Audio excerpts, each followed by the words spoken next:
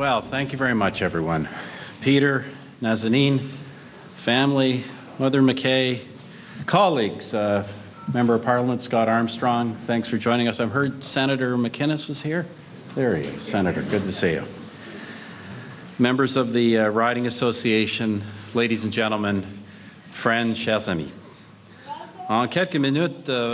In a few minutes, your Member of Parliament, Peter, will be making an announcement about his future plans. In a few moments, your Member of Parliament, Peter, will be making an announcement about his future plans. I think some of you might have an inkling about what he's going to say. Anyway, I'm going to try not to preempt Peter's remarks. But I don't mind telling you that I'm here in a reflective state of mind, a mixture of tremendous pride and more than just a little bit of sorrow. To introduce Peter, 3 ways. Peter MacKay is an outstanding public servant.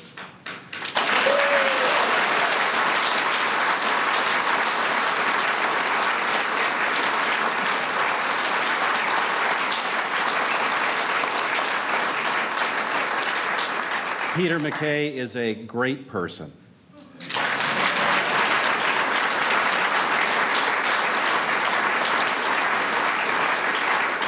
And Peter MacKay is a historic figure.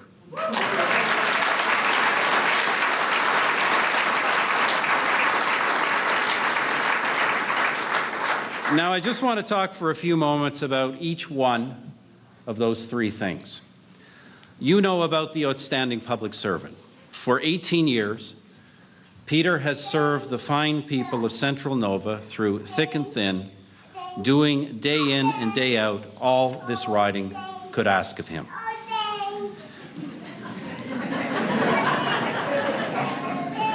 And he's had his hands full. For part of that period, he was Minister of the Atlantic-Canada Opportunities Agency.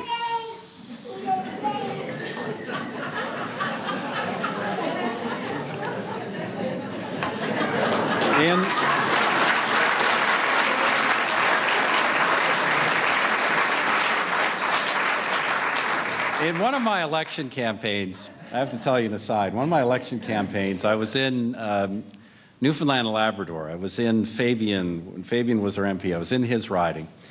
And during my speech, there was a cute little girl, about 5 or 6 years old, who came up and did this and said that and was going all over, and I eventually had to give up doing my speech entirely. She took such attention away from me. Anyway, I think we've resolved this for now. So,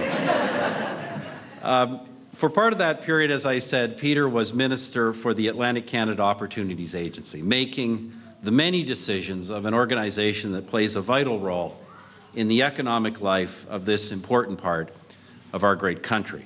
But of course, Peter has also been an outstanding public servant on the national stage. Indeed, over the past 9.5 years, he has held some of the most important executive positions in the Government of Canada, successively. Minister of Foreign Affairs, Minister of National Defence, Minister of Justice, and Attorney General. And he has been critical to shaping transformations in each of these areas. In foreign affairs, he led a reorientation of policy to boldly reassert Canada's interests and to project Canada's values, to take clear, sometimes tough, principled stands, to stand shoulder to shoulder with our friends, and to stand up to those who threaten them and us. At National Defence, Peter MacKay was the 2nd longest serving minister in Canadian history.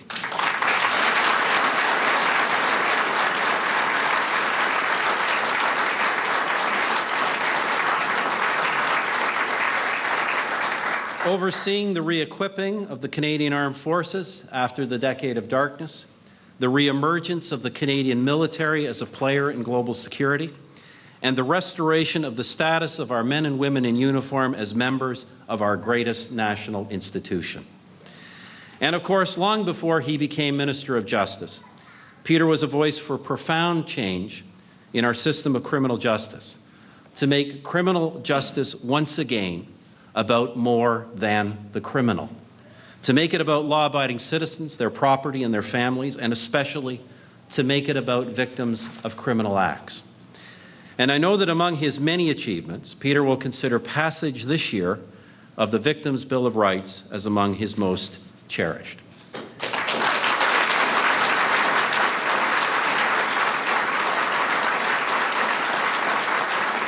And that leads me to Peter MacKay, the person, a great person. Peter's passion for criminal justice reform has been more than just a policy passion. It has been all about people.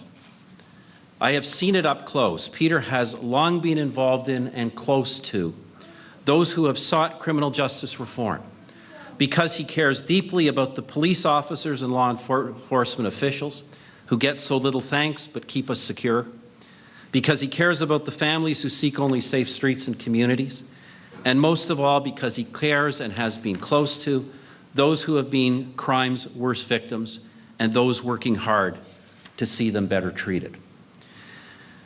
As I said, I've seen this up close many times, just as I have seen many times how much Peter is liked and admired by those who have worked with him, especially by his colleagues, his parliamentary colleagues. They may from time to time disagree with him, maybe even occasionally get mad at him, but they also know Peter cares about them and does his best for them, a team guy in the deepest sense of the term. One of Peter's passions for people has been his long involvement, probably not realized by most, in the organization Big Brothers Big Sisters. Now, that's not the Peter MacKay I first heard about in Ottawa. When I first met Peter, and I suspect he doesn't even remember that meeting, I was out of Parliament, for good I thought, and he had been elected for the first time not long before. Anyway, I met the young Peter MacKay, sexiest male MP, and all that.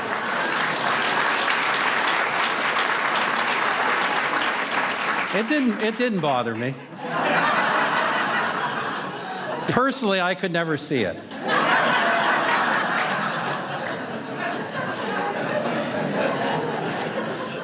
Anyway, Peter can confirm this, though this is much later. Peter can, when we became colleagues, Peter can confirm this. We talked about it more than once in my office. And I always told him, a good bachelor life is no match for a good married life, and no match for a good family life. I told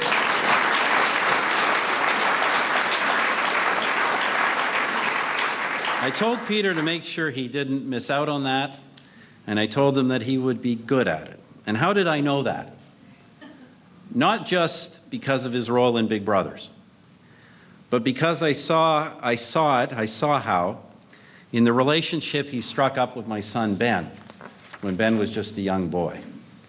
Now, Peter probably doesn't really appreciate the impression he made on Ben, but after spending a few times together, for a long time with Ben, it was just Peter MacKay this, Peter MacKay that, all the time. So much for Dad, the Prime Minister. It's all about Peter MacKay, like the big brother he never had. It was wonderful to see, but what's even better is to see Nazanin and little Keon and a sibling to come. Wonderful.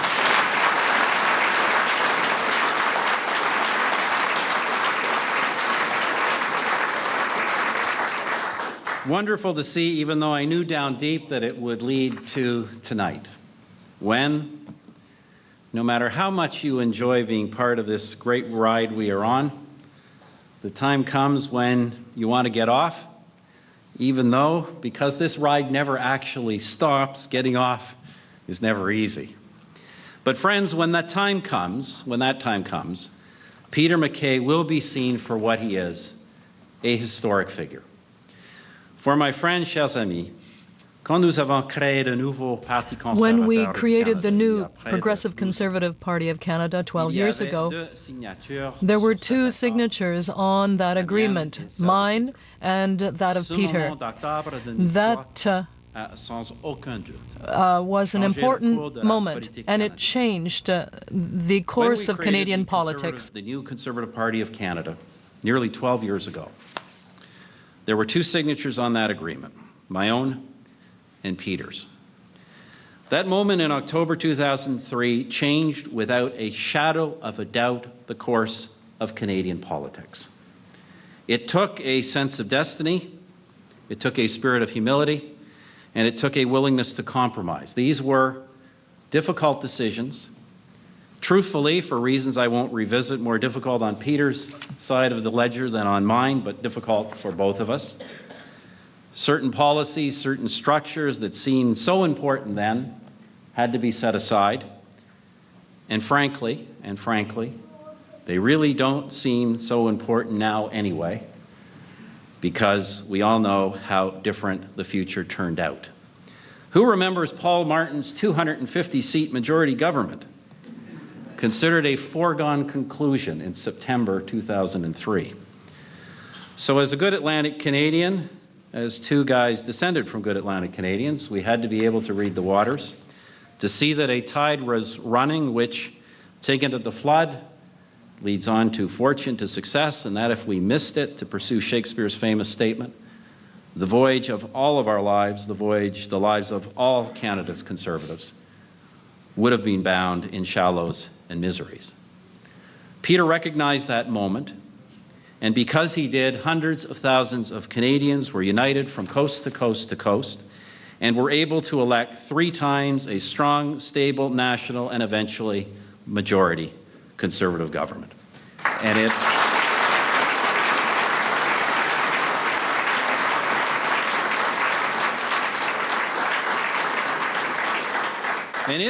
has made all the difference in so many things. I've already talked about the things Peter himself has led. There have been many things, big things, little things, big things. I think about the world we're in now, where so many governments are spiraling down in debt, service cuts, and tax hikes. But where in Canada, we have a balanced budget, new investments, and tax breaks that put money into the pockets of our hardworking families and senior citizens. And little things, like we can pay for some advertising to make sure Canadian families and seniors get those benefits and know that the money will actually be spent on advertising. It wasn't like that back in 2003. Since then, Peter and I, all of us, here in the room and many other rooms like it across the country, we have traveled far together, symbolized by this united party, by Peter's wonderful young family, and by this great country, the best in the world, better than ever before. Merci, Peter. Thank you, Peter. Thank you for your leadership and for your contributions and for your friendship. Thank you, Peter, for your leadership, for your contributions, and for your friendship. Now,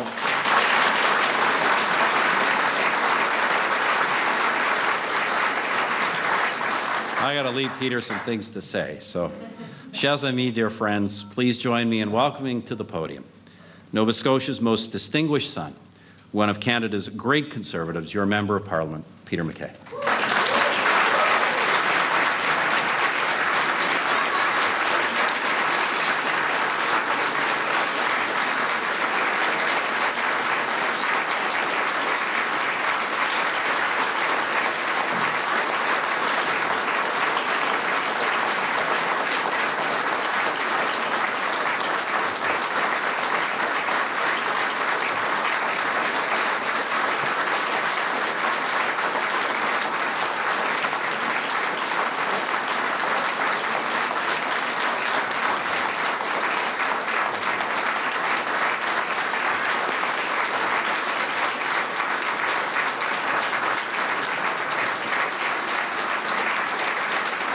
Thank you.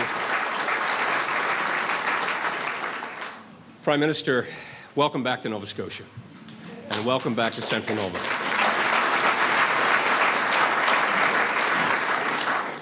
It's a beautiful sunny day here, it always is. And it's just great to have you back here at the Museum of Industry in Stellarton, Nova Scotia, once again. I appreciate your warm, generous comments. I can't thank you enough for taking time out of a very busy schedule, a punishing schedule, to be here today for what is a very important announcement for my family and for I. And I want to thank everyone for being here today particularly my wife, Nazanin, and Keon, wherever he is, and of course my parents and my family. I'm glad everyone arrived here safe. Thank you as well to members of the law enforcement community who ensure that we're safe here today and everywhere around the country. Thank you for all that you do every day.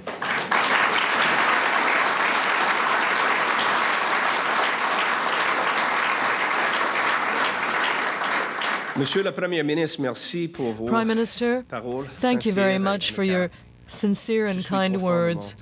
I'm deeply touched by your presence here for this announcement, and I'm very, very grateful for all your efforts and all you do for us. I also want to thank everyone for being here with me today, particularly my wife Nazanin and my son Keon, as well as my parents and other family members.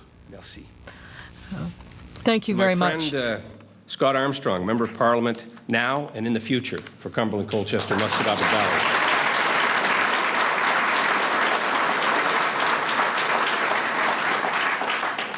Senator McGuinness, a number of my provincial and municipal colleagues who are joining us here, many from all political stripes who are not here that I so appreciate the hard work that they do on behalf of our towns and villages and communities across our province.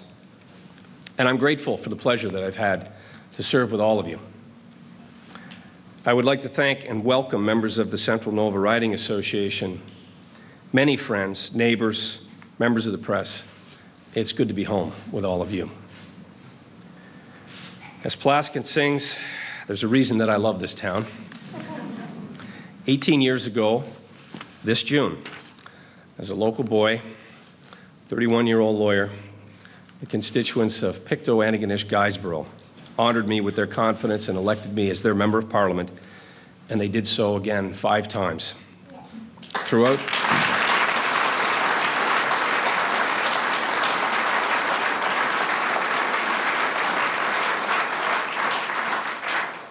Throughout those 6 campaigns, the riding boundaries and the brochures changed several times, as did the name, but not the hard work, the commitment, and the loyalty of supporters, many in this room, too many to name. I'm humbled by the privilege of serving my community through elected office, and I hope that my record will show that I worked hard to deliver, and I did my best for the people of this riding and all of Nova Scotia, and indeed my country.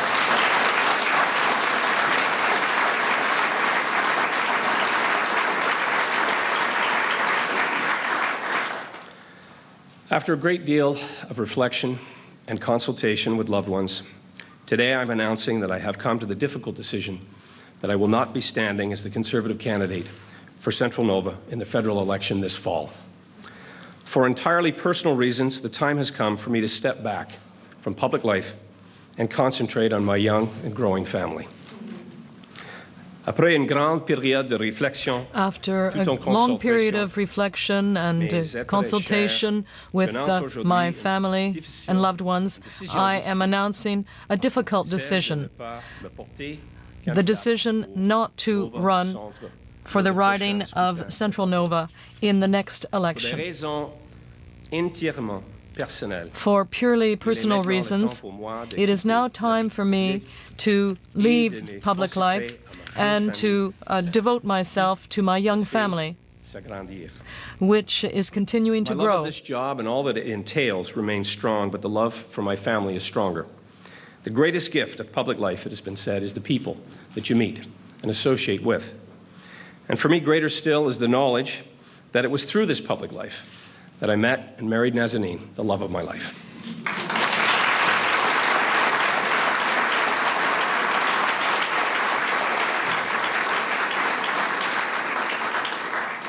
She has been unreservedly supportive of me and my daily work and set aside much of her work, her compassionate work, her important, impactful work. In fact, she would be a great politician. Don't get any ideas.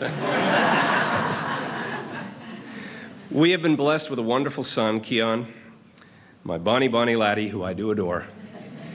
Now, too, who fills me with pride and wonderment every day as I watch him explore and take on the world. Nothing humbles you, grounds you, or focuses you more than children. I thought that as I was wiping milk off my suit to come here. Being a father has shown me how fleeting time is and how important it is to be a part of your children's life. I want to cherish each moment. You will always be a father or a mother, but you are only a parent for a relatively short time. As folks here may know, this fall, Nazanin and Keon and I will welcome a baby girl into our lives.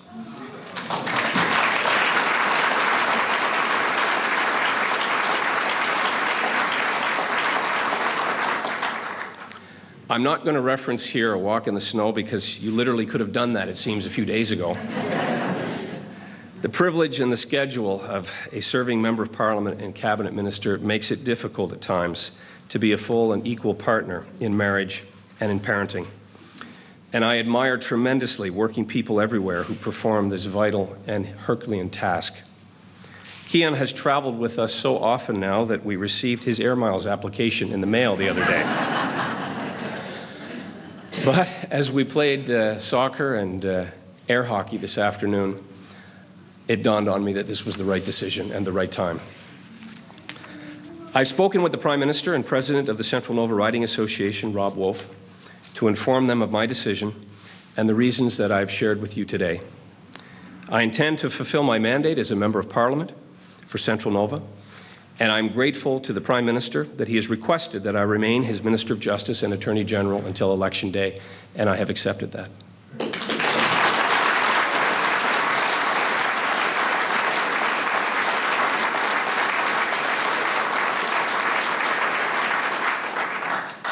I have not sought or secured other employment, and I will unreservedly support the efforts of the Prime Minister and our Conservative government to keep Canada on a path to safety, prosperity, and economic growth.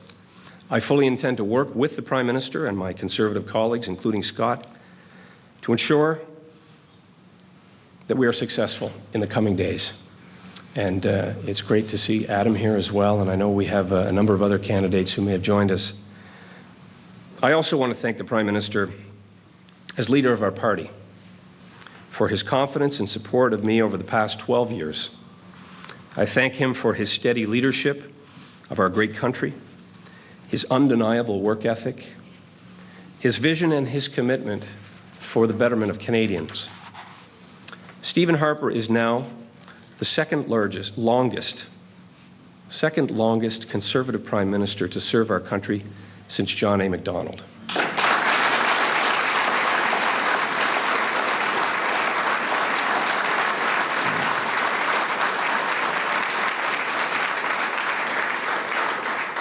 He may be the largest, too. He is tall.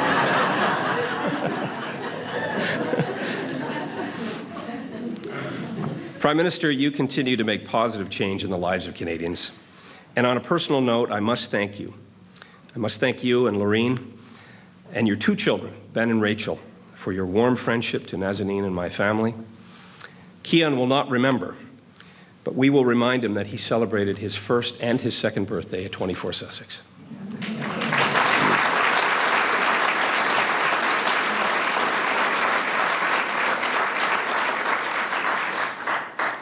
And you know, he referenced his son Ben and Rachel, and I only wish that Canadians could see the incredible passion and pride that our Prime Minister has for his family. And so I appreciate you being here with mine, with my friends, and taking time away from yours. Thank you again.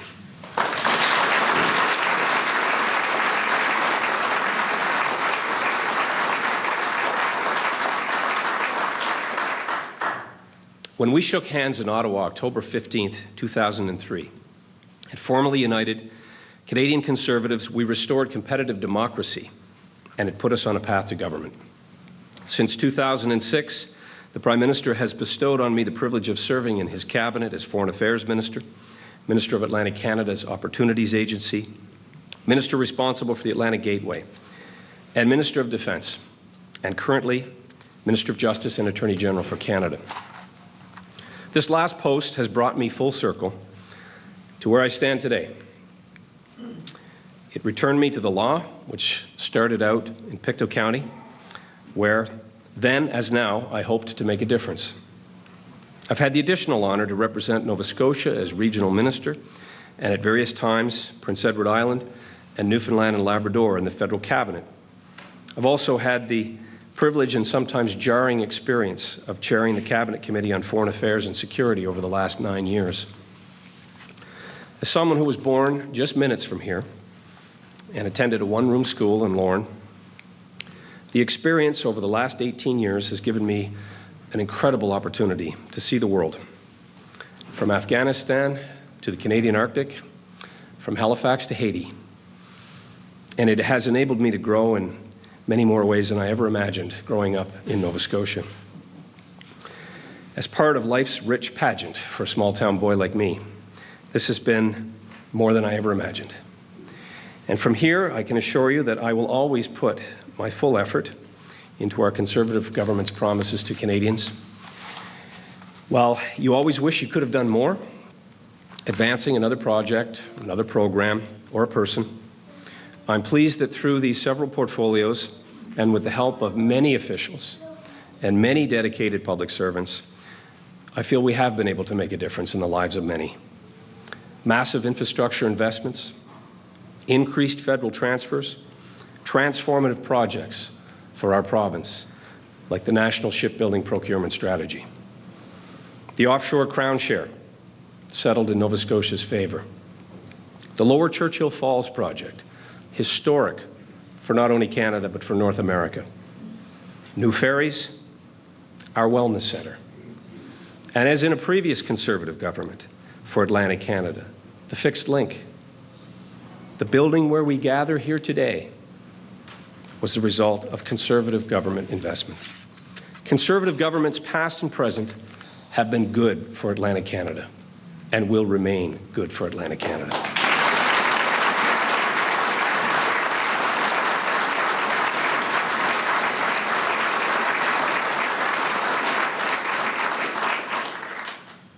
The most valuable and humbling of life's lessons that I've received while in public office came during my time at the Department of National Defence, through watching members of the Canadian Armed Forces and their families. They are the single greatest example that I have ever seen of love of country and selflessness in service to Canada and the world. The commitment and sacrifice of the men and women in uniform is awe-inspiring and left an indelible impression on me that I will carry throughout my lifetime. The importance of putting your country first. I give thanks for them each and every day. I would add that I have been enormously grateful for the talented and patriotic public servants across all departments who contribute greatly to the strength and success of Canada. I feel blessed to have worked with many of them, including my current deputy, Bill Pentney. And if you will kindly indulge me for some personal expressions of gratitude, cramming 18 years into 18 minutes is a challenge. I'd like to take the moment to thank my staff, many of whom have served with me for a very long time, starting with Marion Frenette, my Chief of Staff, who is, in fact, one of the longest-serving members of our party on Parliament Hill. She has been, in a word, outstanding. Previous chiefs include John McDonnell, Maureen Murphy, who remain on the job in Ottawa, Madeleine Ash, my Hill office, Krista Fraser here in the New Glasgow constituency office, have both been with me since I was elected in 1997. All I consider close personal friends, and I know I couldn't have done the job without them. Many of you would have dealt with and come to know Jean Arbuckle and Andy Ganesh or Brenda McGuinness and Sheet Harbour. They too have been with me a considerable time. They too have served incredibly effectively and compassionately the people of Central Nova. I wish to thank all of my past and present staff from Ottawa, the regional office in Halifax, and here in Central Nova. And here's the list. Brendan, Janice, Sue, 2 Jennifers, Linda, 2 Audreys, Monica, Greg, Maureen, 3 Chris's, Ryan, Tyler, 2 Dans, Heather, Nick, Alan, Kevin, Andrew, Joe, Jay, Peter, Nancy B., John Holtby, Carolyn, Clarissa, Marianne, Michael B., Teo, Ken, Thomas, Francois, some of who are here today. What a team. Thank you all so much.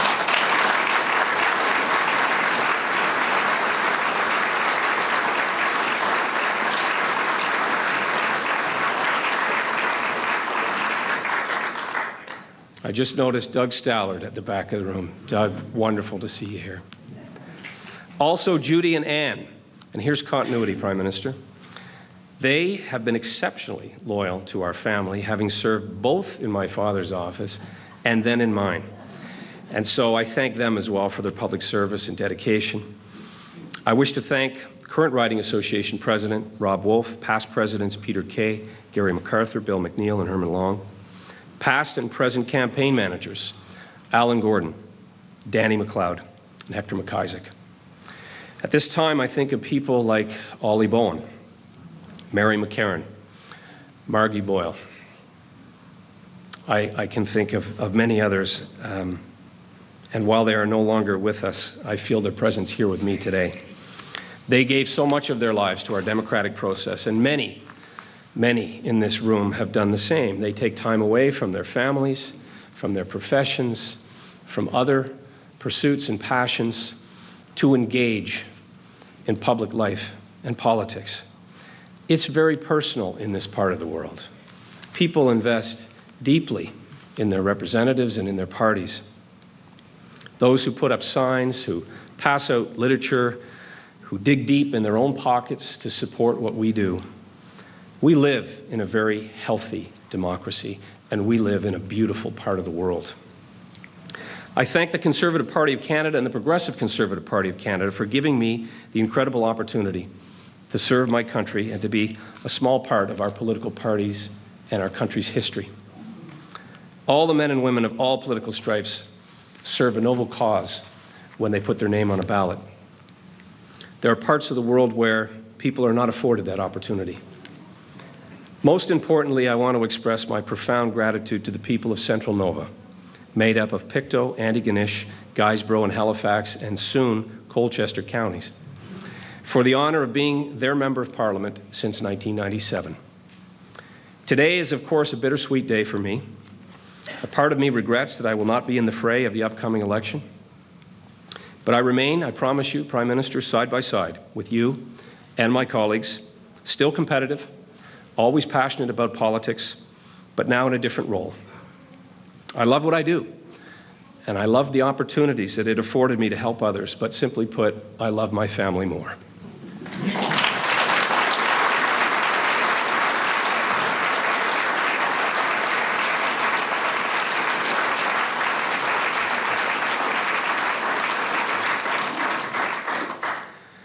From the time I left law school and I came home to Pictou County, I did legal aid work, I worked as a Crown attorney, and then as a Member of Parliament. I have spent over half my life in public service, and I feel it is now time to focus on my family, spend time in the private sector, which will hopefully provide me with a better balance and opportunities to contribute in other ways. One of the most consistent elements and truths of politics is change. The time has come for me to seek change as well.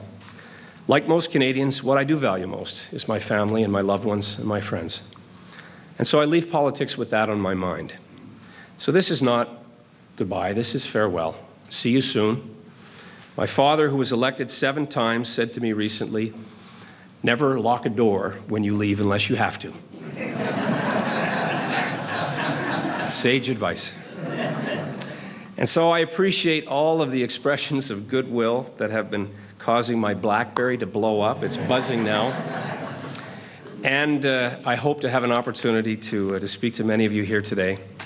Finally, I want to thank my siblings, who are my best friends, Kel, Andy, Mary, Rebecca, and their families. They've always kept me grounded. They've always reminded me of what is truly important in life, and that is being together. And I thank them for being here. My grandparents, who I was blessed to know, with much of the sage wisdom that they passed on to me. And I thank my parents, who, as the old Nova Scotia anthem says, who I love so dear. They've been there for me throughout my life, and I plan to be there for them in the future.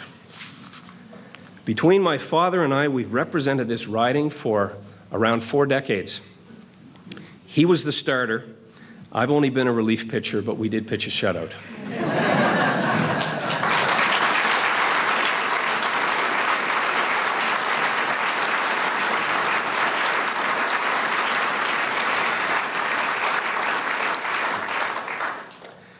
Thank you, Pop. My mother has been a guiding light and my mooring, and I thank her for all of life's lessons and her never-ending compassion. Mom, you're the best. I love you.